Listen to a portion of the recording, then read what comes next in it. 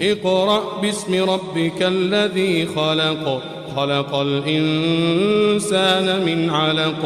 اقرأ وربك الأكرم الذي علم بالقلم علم الإنسان ما لم يعلم اعوذ باللہ من الشیطان الرجیم بسم اللہ الرحمن الرحیم۔ آج انشاءاللہ 11ویں پارے کا خلاصہ بیان ہوگا۔ اللہ تبارک و تعالیٰ سے دعا ہے کہ اللہ تعالیٰ ہمیں صحیح طرح سے بیان کرنے کی، سننے، سمجھنے اور پھر اس پر عمل کرنے کی توفیق عطا فرمائے۔ پچھلے پارے کے آخر میں اللہ تبارک و تعالیٰ نے غزوہ تبوک کا تذکرہ فرمایا ہے، اور اس پارے میں بھی اللہ تبارک و تعالیٰ نے اس پارے کی ابتدا میں بھی غزوہ تبوک کا ہی ذکر ہے۔ اللہ تبارک و تعالیٰ فرماتے ہیں یعتذرون الیکم اذا رجعتم الیہم قل لا تعتذروا لن نؤمن لکم قد نبأنا اللہ من اخبارکم۔ اللہ تبارک و تعالیٰ حضور اکرم صلی اللہ علیہ وسلم کو بتاتے ہیں کہ جب آپ مدینہ میں لوٹ کر کے جائیں گے، جب آپ واپس ہوں گے اور مدینہ میں پہنچیں گے، تو جو منافقین ہیں وہ آپ کے پاس آ کر کے یہ ثابت کرنا چاہیں گے کہ وہ جو آپ کے ساتھ نہیں گئے اور مدینہ میں رہ گئے، مدینہ میں رکے رہے، ان کے پاس کوئی وجہ تھی اس لیے وہ نہیں گئے، یعنی وہ مجبور تھے، وہ اپنے آپ کو مجبور اور معذور ظاہر کریں گے۔ تو اللہ تبارک و تعالیٰ فرماتے ہیں آپ ان سے کہہ دیجئے لا تعتذروا لن نؤمن لکم، کہ تم معذرت مت کرو، میں تم پر تمہاری باتوں کا کوئی یقین نہیں کروں گا، اللہ تبارک و تعالیٰ نے تمہارے بارے میں پوری خبر مجھے دے دی ہے۔ پھر اللہ تبارک و تعالیٰ مہاجرین اور انصار کی اور اسی طرح ان لوگوں کی جو صحابہ رضوان اللہ تعالیٰ علیہم اجمعین کی اتباع کرنے والے ہیں، ان کی فضیلت بیان فرمائی اور فرمایا والسابقون الاولون من المهاجرين والانصار والذين اتبعوهم باحسان رضي الله عنهم ورضوا عنه واعد لهم جنات تجري تحتها الانهار خالدين فيها ابدا، کہ مہاجرین اور انصار اور اسی طرح سے ان لوگوں سے جو ان کی اتباع کریں گے، اللہ تبارک و تعالیٰ ان سے راضی، اللہ تبارک و تعالیٰ ان سے راضی ہے اور وہ اللہ تبارک و تعالیٰ سے راضی ہیں۔ اللہ تعالیٰ نے ان کے لیے ایسی باغات بنائے ہیں، ایسی جنتیں بنائی ہیں جس کے نیچے سے نہریں بہہ رہی ہوں گی اور وہ ہمیشہ اس میں رہیں گے۔ پھر اللہ تبارک و تعالیٰ اسی پارے میں منافقین کے ایک اور برے عمل کے بارے میں بیان کرتے ہوئے فرمایا والذین اتخذوا مسجدا ضرارا وکفرا وتفریقا بین المؤمنین وارصادا لمن حارب اللہ ورسولہ من قبل، کہ منافقین قبا میں ایک یہودی راہب جس کا نام ابو عامر تھا، اس کے کہنے پر، اس کے مشورے سے ایک مسجد بنا رہے تھے، اور ان کا ارادہ تھا کہ وہ اس مسجد کے ذریعے سے اس مسجد میں آ کر کے ایمان والوں کے خلاف جو ہے منصوبے تیار کیا کریں گے، اور اسی طرح سے اہل ایمان کے درمیان تفریق کریں گے، اہل ایمان کے درمیان جو ہے خلش پیدا کریں گے۔ تو اللہ تبارک و تعالیٰ نے اس کی خبر حضور اکرم صلی اللہ علیہ وسلم کو دی اور فرمایا کہ یہ لوگ جو ہے جو مسجد بنا رہے ہیں وہ مسجد ایسی نہیں ہے کہ جس کو اللہ پسند کرتا ہو، وہ مسجد ہے لوگوں کو نقصان پہنچانے کے لیے، ایمان کو نقصان پہنچانے کے لیے۔ اور یہ لوگ جو بنا رہے ہیں یعنی منافقین، یہ لوگ آپ کے سامنے قسمیں کھائیں گے کہ ہم تو صرف بھلائی ہی کا ارادہ رکھتے ہیں، ہمارا ارادہ یہ تھا کہ اس میں اللہ کی عبادت ہو، ہم نے اللہ کی عبادت کے لیے مسجد بنائی ہے۔ اور اللہ تبارک و تعالیٰ یہ بھی فرماتے ہیں کہ اللہ اس بات کی گواہی دیتا ہے کہ وہ جھوٹے ہیں، منافقین جھوٹے ہیں، اس بات کی اللہ گواہی دیتا ہے۔ اور پھر رسول اللہ صلی اللہ علیہ وسلم کو حکم ہوا کہ لا تقم فیہ ابدا، کہ آپ اس مسجد میں نماز کبھی بھی نہ پڑھیں، لمسجد اسس علی التقوی من اول یوم احق ان تقوم فیہ،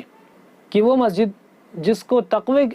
کی بنیاد تقوی پر رکھی گئی ہے وہ زیادہ بہتر ہے، زیادہ حق رکھتی ہے اس بات کا کہ اس میں آپ نماز پڑھیں، اور اس میں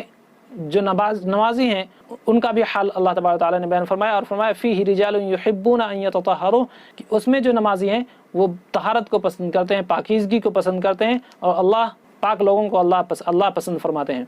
پھر اللہ تبارک و تعالیٰ نے فرمایا کیا وہ مسجد جس کی بنیاد تقوی پر رکھی گئی ہے اور اللہ کی رضا پر رکھی گئی ہے، کیا وہ بہتر ہے، یا پھر وہ مسجد جس کی بنیاد ہی غلط نیت پر رکھی گئی ہے، اور جو ایک ایسی کھائی کے کنارے پر تعمیر کی گئی ہے کہ جو گرنے والی ہے، اور پھر وہ ان کو لے کر کے جو ہے گر بھی گئی جہنم میں۔ اللہ تبارک و تعالیٰ فرماتے ہیں کہ ان میں سے کون بہتر ہے؟ بہتر وہی ہے جس کی بنیاد تقوی پر رکھی گئی ہے اور اللہ کی رضا پر رکھی گئی ہے۔ پھر اللہ تبارک و تعالیٰ مجاہدین کا تذکرہ کرتے ہوئے اور ان کو خوشخبری دیتے ہوئے فرماتے ہیں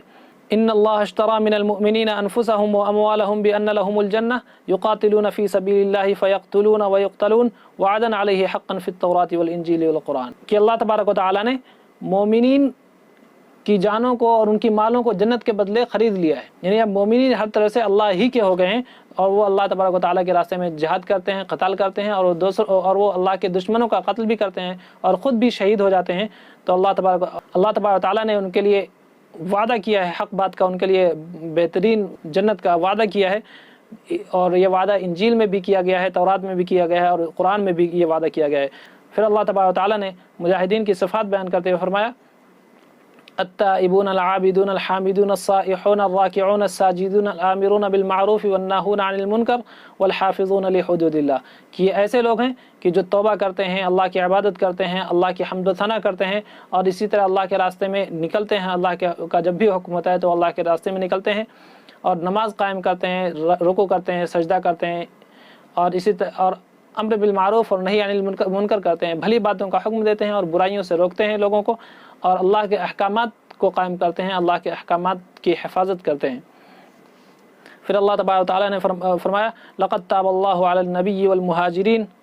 والانصار الذین اتبعوه فی ساعۃ العسرہ، اللہ تبارک و تعالیٰ فرماتے ہیں کہ اللہ نے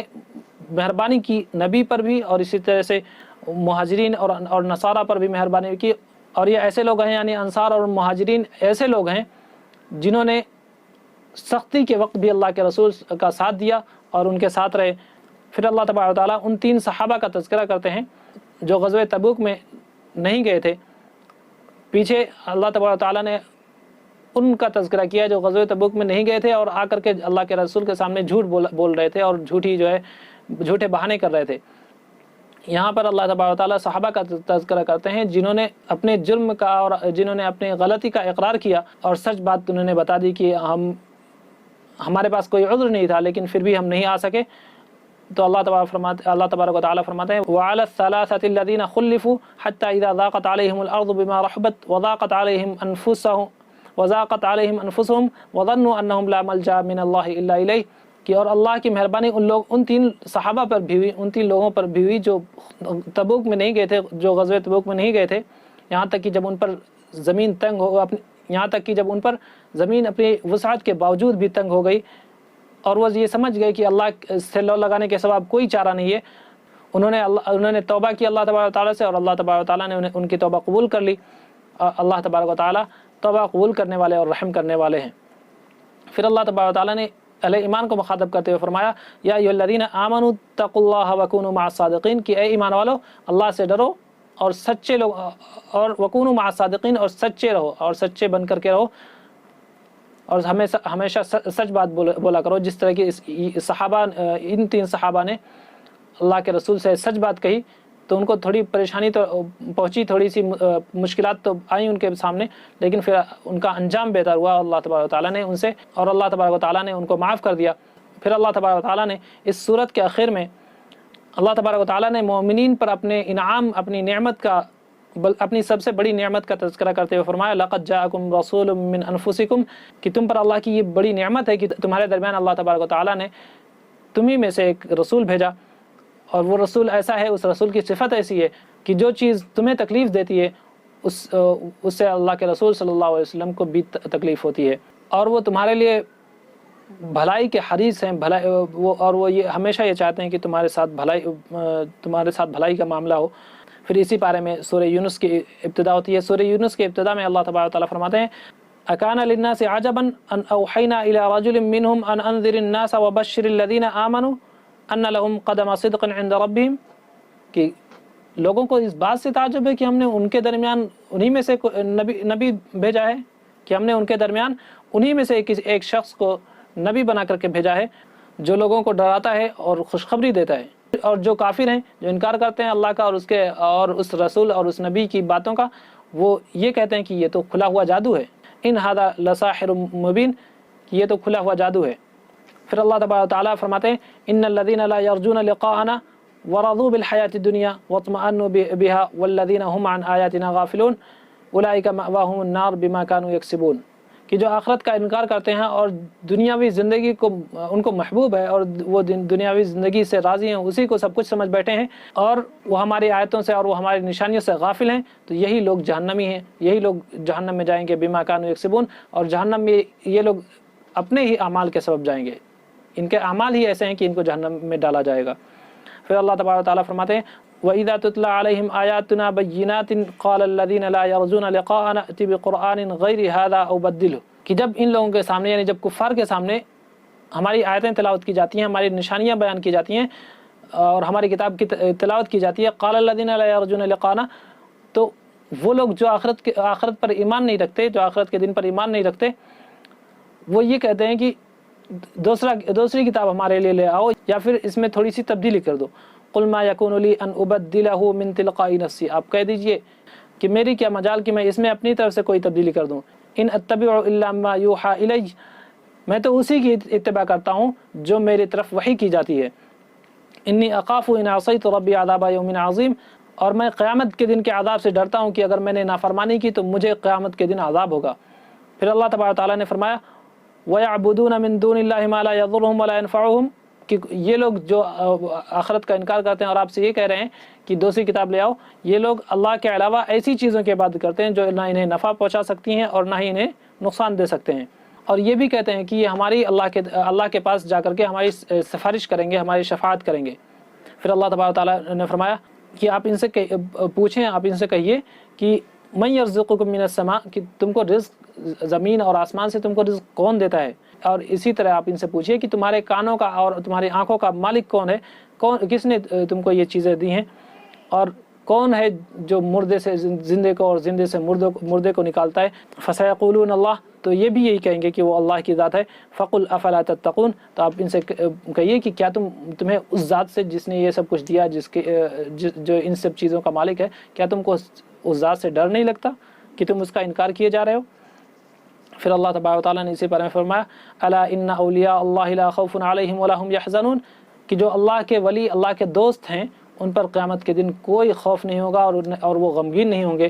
پھر اللہ تبارک و تعالیٰ نے اس کے بعد یہ بھی فرمایا کہ اولیاء کون ہیں، اللہ کے دوست کون ہیں،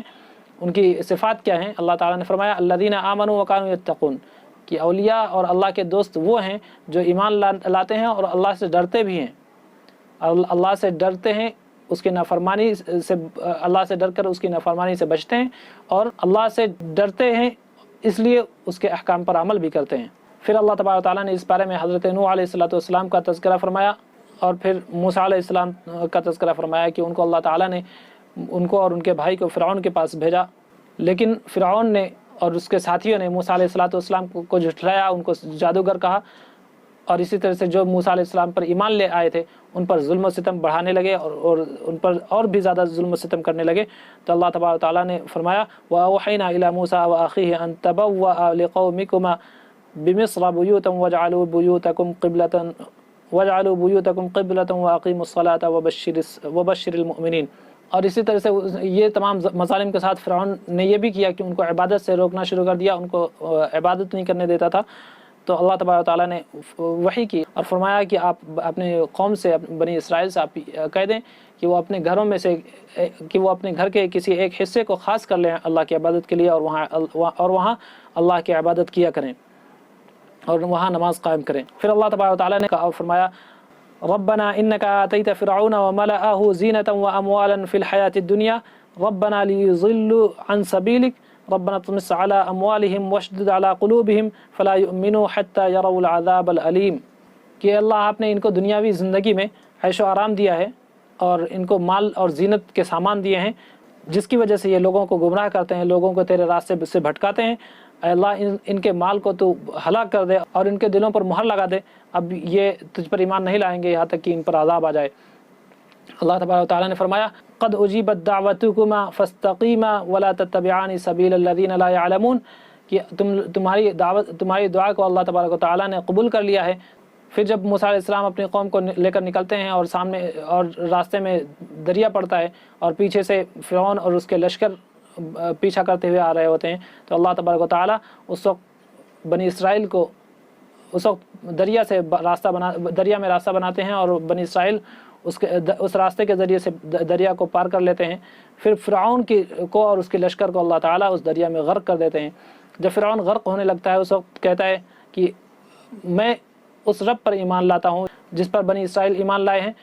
تو اللہ تبارک و تعالیٰ فرماتے ہیں الآن وقد عصیت قبل وکنت من المفسدین، کہ اب اس وقت ایمان لانے سے کیا فائدہ جبکہ تم نے اس سے پہلے نافرمانیاں کی ہیں. اس سے پہلے جب بھی تم سے ایمان لانے کے لیے کہا گیا تو تم نے نافرمانی کی اور تم نے فساد کیا، تو اب آخری وقت میں ایمان لانے کا کیا مطلب.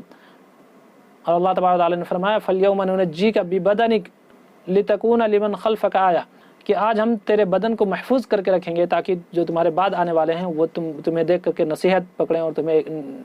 نشانی سمجھیں اللہ کے عذاب کی. پھر اللہ تبارک و تعالیٰ نے فرمایا قُلْ يَا أَيُّهَا النَّاسِ إِن كُنتُمْ فِي شَكٍّ مِّن دِينِي فَلَا أَعْبُدُ الَّذِينَ تَعْبُدُونَ مِن دُونِ اللَّهِ وَلَكِنْ أَعْبُدُ اللَّهَ الَّذِي يَتَوَفَّاكُمْ، کہ اے نبی آپ اعلان کیجئے لوگوں کے سامنے اور کہیے کہ اے لوگو ان کو تم فی شک من دینی، کہ جو دین میں تمہارے پاس لے کر کے آیا ہوں، جو دین میں لایا ہوں، اگر تم اس کے بارے میں شک میں ہو، تذبذب میں ہو، تو تم غور سے سن لو کہ میں ان کی عبادت، ان چیزوں کو نہیں پوجتا ہوں، ان کی عبادت نہیں کرتا ہوں جن کو تم پوجتے ہو، جن کی تم عبادت کرتے ہو اللہ کے سوا. ہاں میں اس رب کی عبادت کرتا ہوں جو تم کو موت دے گا. وَأُمِرْتُ أَنْ أَكُونَ مِنَ الْمُؤْمِنِينَ، اور مجھے حکم ہوا ہے کہ میں مومنین میں سے ہوں. اور مجھے اس بات کا بھی حکم ہوا ہے کہ وَأَنْ أَقِمْ وَجْهَكَ لِلدِّينِ حَنِيفًا، اور مجھے اس بات کا بھی حکم ہوا ہے کہ میں دین حنیف کی پیروی کروں اور اسی کی اتباع کروں. پھر اللہ تبارک و تعالیٰ نے سورہ یونس کے آخر میں اور اسی پر اس پارے کا اختتام بھی ہوتا ہے فرمایا قُلْ يَا أَيُّهَا النَّاسُ قَدْ جَاءَكُمُ الْحَقُّ مِنْ رَبِّكُمْ فَمَنِ اهْتَدَىٰ فَإِنَّمَا يَهْتَدِي لِنَفْسِهِ، کہ اے لوگو تمہارے رب کی طرف سے حق بات آ چکی ہے، حق آ چکا ہے. فَمَنِ اهْتَدَىٰ فَإِنَّمَا يَهْتَدِي لِنَفْسِهِ، لہذا جو ہدایت قبول کرے گا تو وہ اپنے ہی لیے ہدایت قبول کرے گا، اس کے قبول ہدایت کا جو فائدہ ہوگا وہ اسی کو ہوگا. وَمَنْ ضَلَّ فَإِنَّمَا يَضِلُّ عَلَيْهَا، اور جو گمراہ ہوگا اس کا نقصان بھی اسی کو ہوگا. اللہ تبارک و تعالیٰ سے دعا ہے کہ اللہ تعالیٰ ہمیں ہدایت عطا فرمائے اور ضلالت سے ہماری حفاظت فرمائے اور اپنے تمام احکامات پر عمل کرنے کی اور نواہی سے بچنے کی توفیق عطا فرمائے. وآخر دعوانا ان الحمد للہ رب العالمین.